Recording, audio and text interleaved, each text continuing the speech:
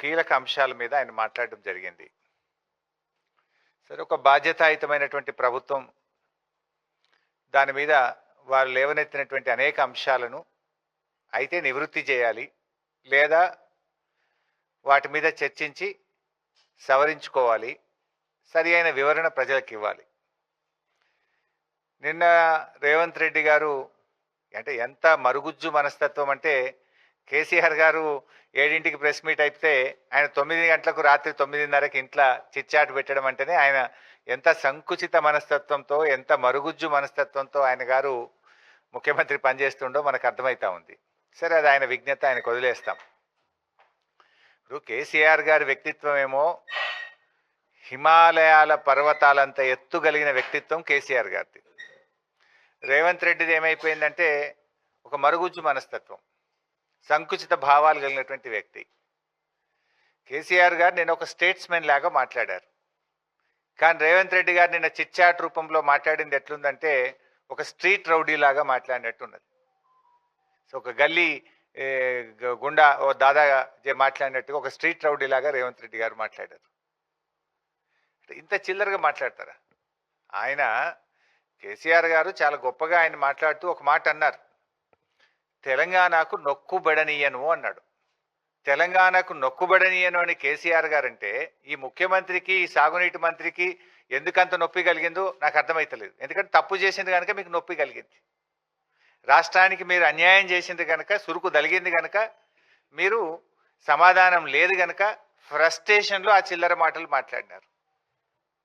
కేసీఆర్ గారి వ్యాఖ్యలతో రేవంత్ రెడ్డి తెలంగాణ ద్రోహిగా నిన్న స్పష్టంగా రాష్ట్ర ప్రజల ముందు కేసీఆర్ గారు నిలబెట్టారు. ఉత్తమ్ కుమార్ రెడ్డి గారు ఉత్తర కుమారుడుగా నిన్న తేలిపోయినటువంటి పరిస్థితి. ఇప్పుడు అనేక అంశాలు మాట్లాడిన నిన్న కేసీఆర్ గారు. అరే, మేమున్నప్పుడు ఫస్ట్ క్యాబినెట్లోనే 2000 రూపాయల పెన్షన్ ఇస్తామంటే ఇచ్చి చూపినాం.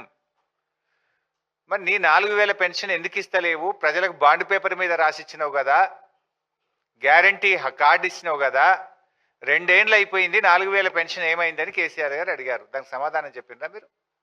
ఎందుకు ఆ చిల్లర మాట్లాడుతున్నారు? మహిళలకు మహాలక్ష్మి 2500 ఇస్తామన్నారు, ఇంకెప్పుడు ఇస్తారు? 2 ఏళ్ళు అయిందని ప్రధాన ప్రతిపక్ష నాయకుడిగా వారు లేవనెత్తారు. What is the answer? ఎందుకు ఇవ్వడం లేదు?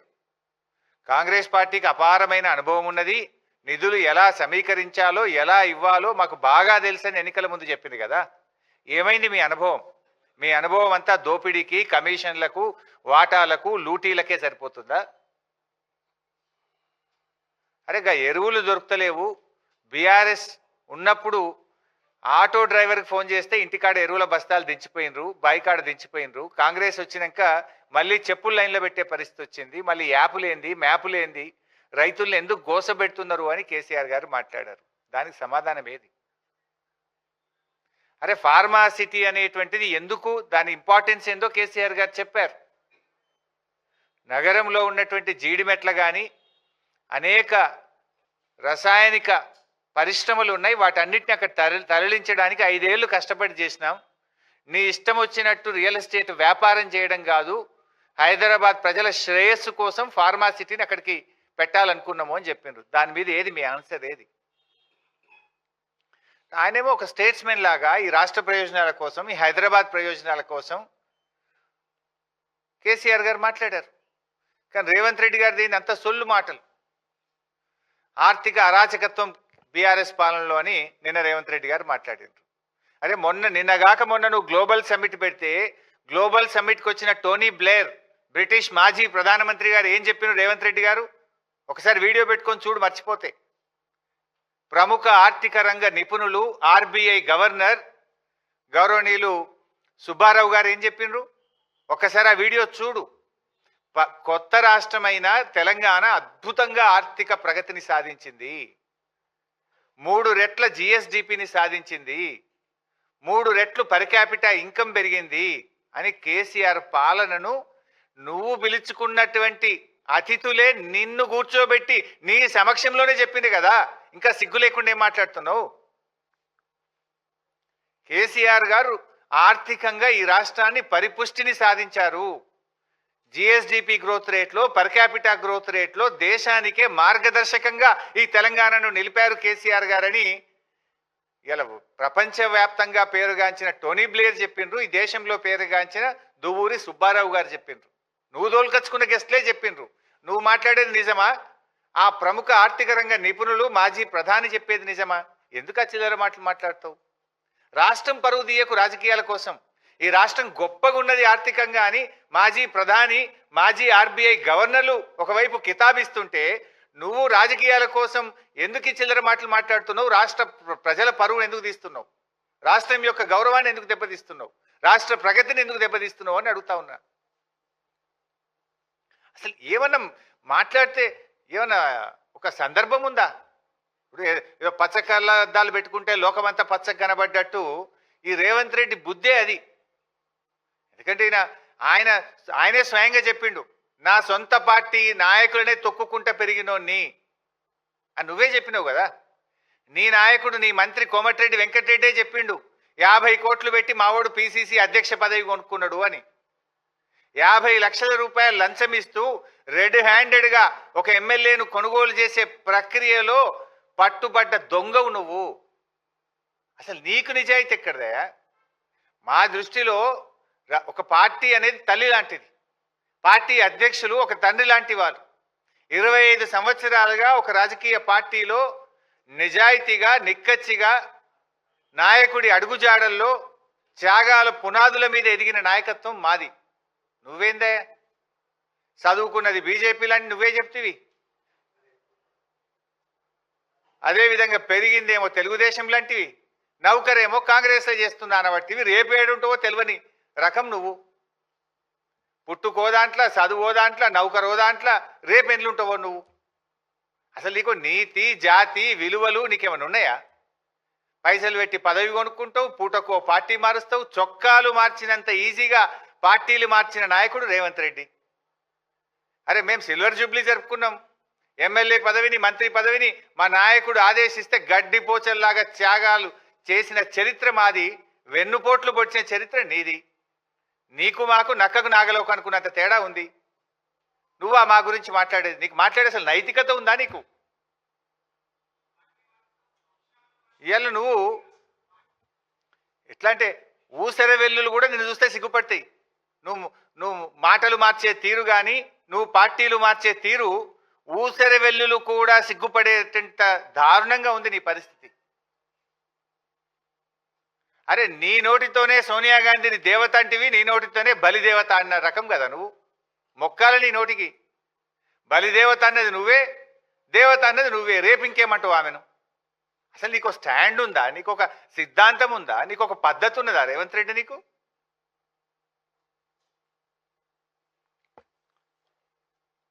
ఈరోజు నిన్న రేవంత్ రెడ్డి అన్ని అబద్ధాలే.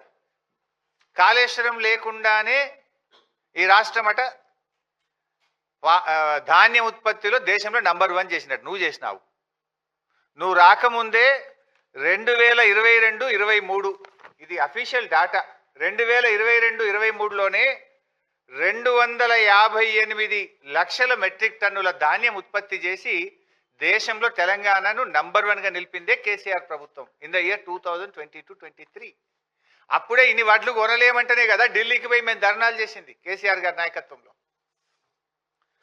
ఇవాళ ధాన్యం సేకరణలో కూడా 2020-21లో 141 లక్షల మెట్రిక్ టన్నుల ధాన్యం సేకరించి నంబర్ 1గా నిలిచిందే తెలంగాణ. ఇంత నువ్వు వచ్చినాక ఎప్పుడు సేకరించలే. ఈరోజు కూడా కాళేశ్వరం ప్రాజెక్టు నీళ్ళే పంటలు పండుతున్నాయి. ఇప్పుడు మల్లన్న సాగర్ కింద పండే పంట కాళేశ్వరం కాదా? రంగనాయక సాగర్ కింద పండే పంట కాళేశ్వరం కాదా? అనంతగిరి కింద పండే పంట కాళేశ్వరం కాదా? అవన్నీ కాళేశ్వరంకి దేర్ ఆర్ 3 సోర్సెస్. ఒకటి, బాగా పంట వర్షాలు పడితే ఎస్ఆర్ఎస్పి నుంచే కాళేశ్వరం నీళ్లు వాడతాం. మధ్య తరహా వర్షాలు పడితే ఎల్లంపల్లి నుంచి నీళ్లు వాడతాం. కరువు పరిస్థితులు వస్తే మేడిగడ్డ నుంచి నీళ్లు వాడతాం. గత 2 సంవత్సరాలుగా వర్షాలు పడ్డాయి కనుక ఇటు ఎల్లంపల్లి అటు ఎస్ఆర్ఎస్పి నుంచే కాళేశ్వరం మోటార్లు ఆన్ చేసినాం. కాళేశ్వరం ద్వారా రిజర్వాయర్లు నింపినాం. కాళేశ్వరం ప్రాజెక్టు ద్వారా లక్షల ఎకరాలకు ప్రత్యక్షంగా పరోక్షంగా సాగునీరు అందించినాం. ఎందుకు ఆ చిల్లర మాటలు మాట్లాడతావు? నువ్వు రాకముందే దేశంలో నంబర్ 1 తెలంగాణ. ధాన్యం ఉత్పత్తిలో, డాక్టర్ల ఉత్పత్తిలో తెలంగాణ నంబర్ 1 చేసిందే కేసీఆర్.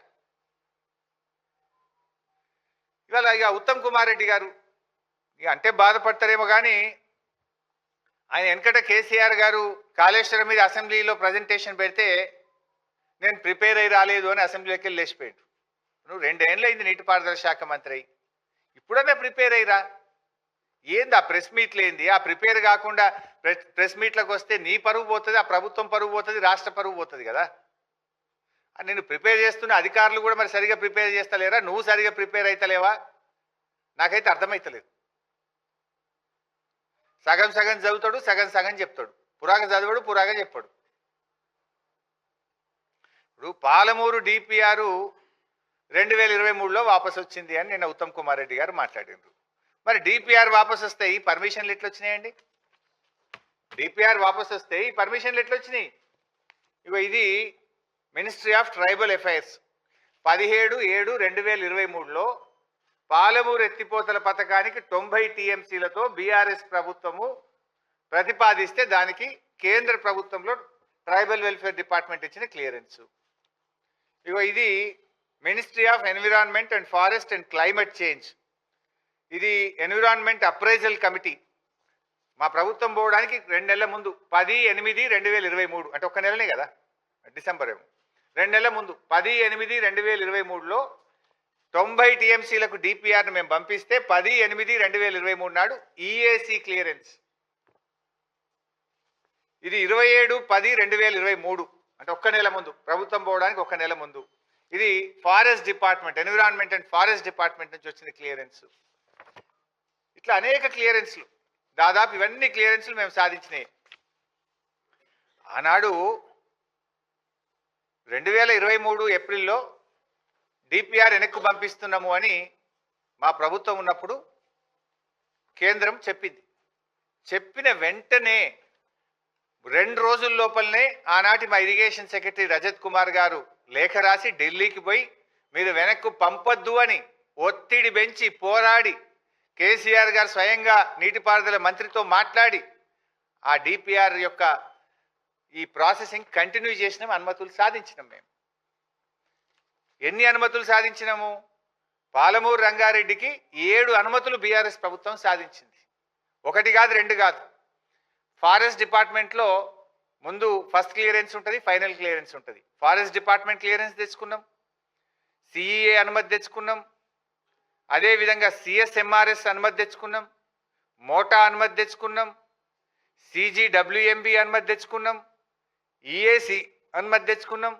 ఇవన్నీ 90 టీఎంసీలకు మేము పాలమూరు రంగారెడ్డికి ప్రతిపాదనలు పంపి దాదాపు 7 అనుమతులు బీఆర్ఎస్ ప్రభుత్వం సాధించింది. ఇంకొకటో రెండో తెస్తే అయిపోతుంది.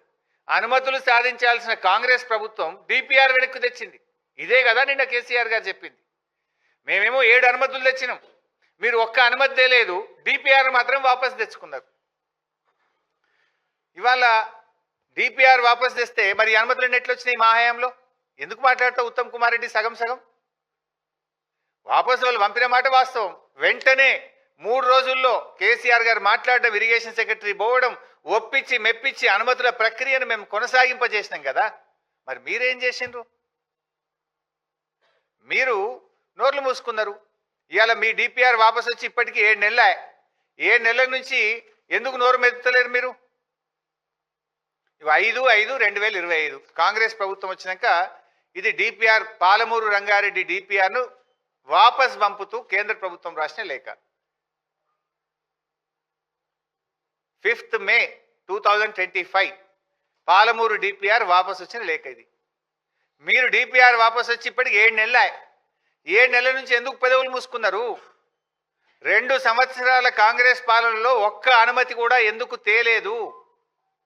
మేము 7 అనుమతులు తెచ్చాం కదా, మీరు ఒక్క అనుమతి అన్న తెచ్చిండ్రా? అనుమతులు తేలేదు కానీ డిపిఆర్ వాపసు తెచ్చారు. ఇగో ఇది దిస్ ఇస్ ద లెటర్ 5/5/2025. నిన్న ఉత్తమ్ బుకాయిస్తుండు, లేలే మేము 45 టీఎంసీలకు ఉత్తరం రాయలే, మేము అడగనే లేదు అన్నాడు. ఇగో ఇది ఉత్తమ్ కుమార్ రెడ్డి రాసిన లెటర్. ఇదేమో 90 టీఎంసీలు పాలమూరుకు కేటాయిస్తూ కేసీఆర్ గారు ప్రభుత్వం ఇచ్చిన జీవో. జీవో నంబర్ 246 2022 సంవత్సరం 90 టీఎంసీలు కేటాయిస్తూ ఇది కేసీఆర్ గారు ప్రభుత్వం ఇచ్చిన జీవో. ఇదేమో 45 టీఎంసీలు చాలు అని ఉత్తమ్ కుమార్ రెడ్డి ఢిల్లీకి రాసిన ఉత్తరం. 45 చాలు అని ఉత్తరం రాసిన ఢిల్లీకి. మొత్తం అంటే టైం వేస్ట్ కానీ page number 2 paragraph number 4. In view of the above, it is requested to kindly accord appraisal of the DPR of PRLIS with a utilization capacity of 45 TMC. 45 జాలు మా డిపిఆర్ని అప్రైజల్ చేయండి అని సిగ్గు లేకుండా ఈ రాష్ట్ర ప్రయోజనాలను దెబ్బతీస్తూ ఢిల్లీకి ఉత్తరం రాసిండు ఉత్తమ్ కుమార్ రెడ్డి, రేవంత్ రెడ్డి. తలకాయ ఎడబెట్టుకుంటారు ఇప్పుడు మీరు. మేము ఉత్తరమే రాయలేదన్నావు కదా, ఇది మీరు రాసిన ఉత్తరమే, సంతకం మీదే ఉత్తమ్ కుమార్ రెడ్డి గారి సంతకం నీది కాదా? ఇది నువ్వు రాసిన సంతకమే, నువ్వు పెట్టిన సంతకమే, మంచిగా చూడండి పై. 45 జాలని మేమేమో 90 టీఎంసీలకు 7 అనుమతులు తెస్తాం, నువ్వేమో డిపిఆర్ వాపస్ తెస్తావు, సగం జాలు 45 జాలని ఉత్తరం రాస్తావు.